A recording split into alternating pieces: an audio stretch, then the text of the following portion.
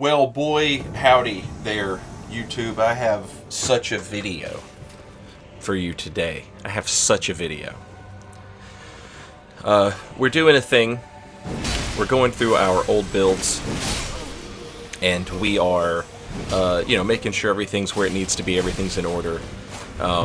Make sure I don't have any misallocated stats, make sure I picked up all my talismans, make sure, all my flasks are in uniform positions, things like this. And this is my big Poise strong boy build. And I was doing some invasions with this build, and this invasion right here that we got was just hilarious. I was just laughing from start to finish at this invasion. These people here trying to be, a little sneaky, I guess, but they have their lanterns on. So all I have to do is look and see where the lamps are glowing, and then aim my cannon there where the lamps glow. And that's just this entire invasion. It's just me doing that. And I had a great time. I was really just having a big laugh. And it's a good invasion. So I saved this invasion, and I was like, yeah, okay, cool, good invasion. We'll use that for the video. And just kind of, forgot about it and then went about my day. Next build, And as I'm sitting here editing all of these videos, it occurs to me that I should have a little more footage for this video. So I was like, I'll do some more invasions, obviously. And it's Sunday, March 19th, as I'm recording this, and I just got done invading, and oh my god, my invasions today have been awful. There has just been some absolute garbage going on. And so I have that, and this video is really going to be, a tale of extremes. Extreme funny invasion to start, and then just absolute garbage to end. But I know that sometimes people watch those garbage invasions and they feel good because it helps you realize that you aren't the only person who's going through these types of invasions. Other people also have to, go through this stuff as well. And so, I hope that you'll enjoy them. There's not much going on with this build. This is just a strength build with a lot of endurance. And we use a lot of colossal swords. We got a great sword. We got a great axe. We've got the big giant crusher hammer. A lot of stuff that's for big boys, big, strong, sweaty boys with big poise. I don't, after the patches that we've had in Elden Ring, the idea of running some particular poise break point on all of my builds, just not as important as it was before. And so most of my builds just have around 40 or 50 poise, just whatever armor I like, whatever that gives them. Some of them have less than that, the katana based characters, the sneaky characters, like the rogue types, they might have less than that. But most of the builds that I make are just what if a knight had a magic hammer or something? So they all typically end up with around 40 or 50 poise. This build, obviously a little more invested with 30 endurance or whatever it is on this build. The stats and everything will be at the end of the video. But yeah, there's a lot of endurance on this build, and as a result, of being a big boy He's got like 80 poise or something like that with the bull goat talisman. When we have the bull goat talisman on, we're at like 80 poise or something like that. But yeah, just not, a whole lot going on. It's just strength and endurance, really. So there was really nothing that needed to be done to this build.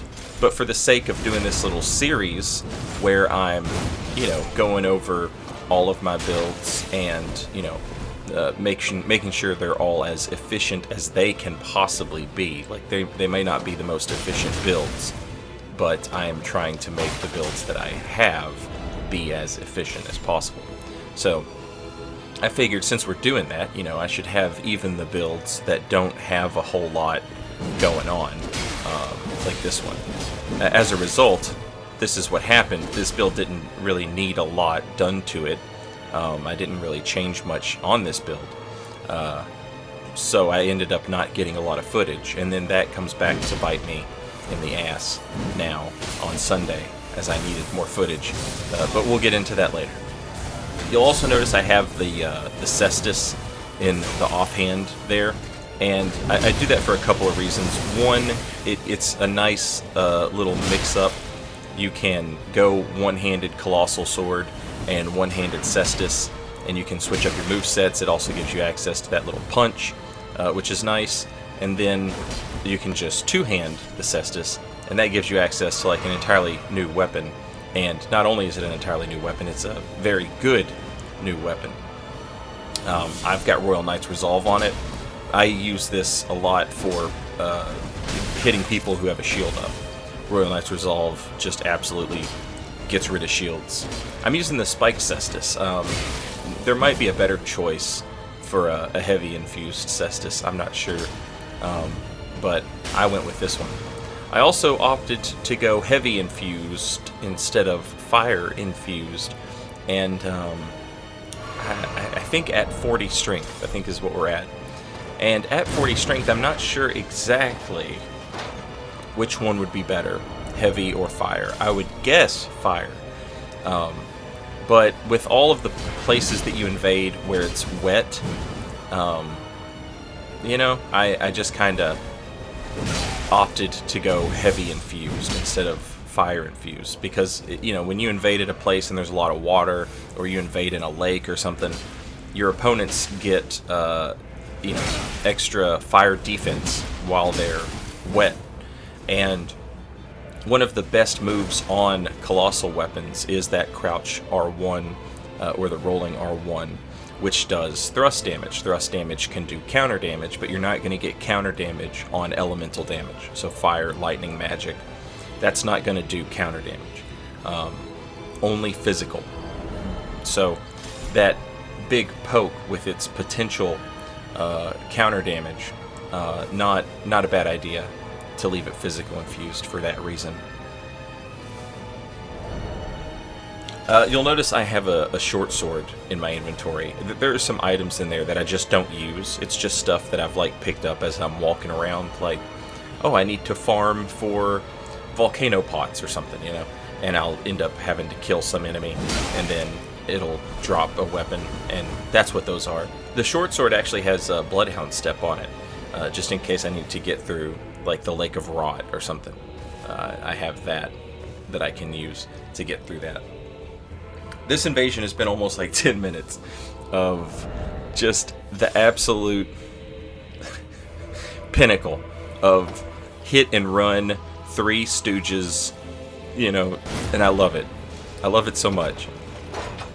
Especially on this type of build, where all of this hit and run stuff actually hurts. This actually does, if you come around a corner and you get hit with a charged heavy attack from a Colossal Sword, that's a lot of damage. That's legitimate. That's something you have to take into consideration. And at this level, the Jar Cannon does a decent amount of damage. It doesn't. The Jar Cannon does more damage as it upgrades, but it doesn't have any stat scaling. So once the Jar Cannon hits plus 10, Like, that's where its damage is going to be the best. The lower the level. But, so what you're looking for, like, in terms of, like, the best place to use the jar cannon, the best level range to use the jar cannon, would be something like at level, 100, where you can have a fully upgraded weapon for the match, for the purposes of matchmaking. You can have a fully upgraded weapon around level 100, but you don't have all the extra stats, that you would have at like 150 or 125 even. That's 25 extra levels of potential extra flat defense that your opponents can have. So, the sweet spot for the jar cannon and the ballista is a place where it is upgraded as high as it can be or close to it, but stats are still at a premium, right? So here in this level range, 90, with, whatever we've got, it does decent damage, is what it comes down to, essentially. But, yeah, this... The Phantom, I guess, was out of flasks, and I guess he didn't have any more warming stones, or the host didn't have any more warming stones. And so he just decided he was gonna hit the deuces and just returned home. And maybe this host was waiting to resummon him or something, I'm not sure. But obviously we're not just gonna let that happen. We're not just gonna let that happen. And here, with the juke there, he went for the juke, and here he straight does juke me. I didn't notice he was standing on that thing right there. He never jumped down. He was like up top still. So now he's running over and he's pulling the lever and he's bringing the elevator back down. So, he got me with this after an entire 10-minute invasion of me giving him the slip. He gives me the slip. But that lamp... just giving away the location every time. I love it. I love it. That was a great invasion. And I was like, that could just be the whole video. I was like, that could just be the whole video. But no, I should get some more invasions. So, like I said, it's March 19th. It's Sunday. I just got done doing this invasion. And, God. So I invade, and people love to gank here in this little area. There's like 8 enemies. They're all garbage. People love to gank here. So as soon as I show up here, I go and I look. And if the Nox warrior is gone, what does that tell me? It tells me they've come this far and then not gone to fight the boss. Why would they do that? Because they want to fight invaders. So, what am I dealing with here? So I open up the PlayStation menu, and I look and I see that it's a solo host, and I start thinking, well, I could just leave. They're just looking for duels in this, and I was like, nah, I won't leave. You know what? I'll wait. I want to see what's going on here. And so I wait, and now I've fast-forwarded this a little bit. So 2 blues have spawned in, and now they come looking for me. Now that the host has a blue, and the host is using dual Vikes, which is the most annoying weapon setup. It doesn't matter if you dodge every hit. It doesn't matter.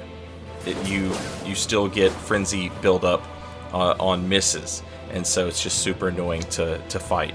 And it's one of those things where it's like, it's level 90. I know you're not in New Game Plus, like with 2 honest Vikes. That's not how this works. So yeah, I'm not necessarily feeling any obligation to make this fun for you. So I'm just gonna keep running, right? And when I used that finger, one of the blues went home. And this is a thing that I see people talk about. When you use the Phantom Finger, it can send a blue home if they're in any sort of loading screen. But it's not like it's going to guaranteed send the blue home. The blue has to be like spawning in, right? For the finger use to send them home. So it's not like it's just some free automatic, send them home finger. That's not how it works. But a second invader has shown up here. So okay, now we can mess around with this a little bit and get the fully charged heavy attack. I want to do some damage. I want that other invader to see where everyone is at. I want them to see, you know, there's another invader here. They see my health bar pop up. My name is red.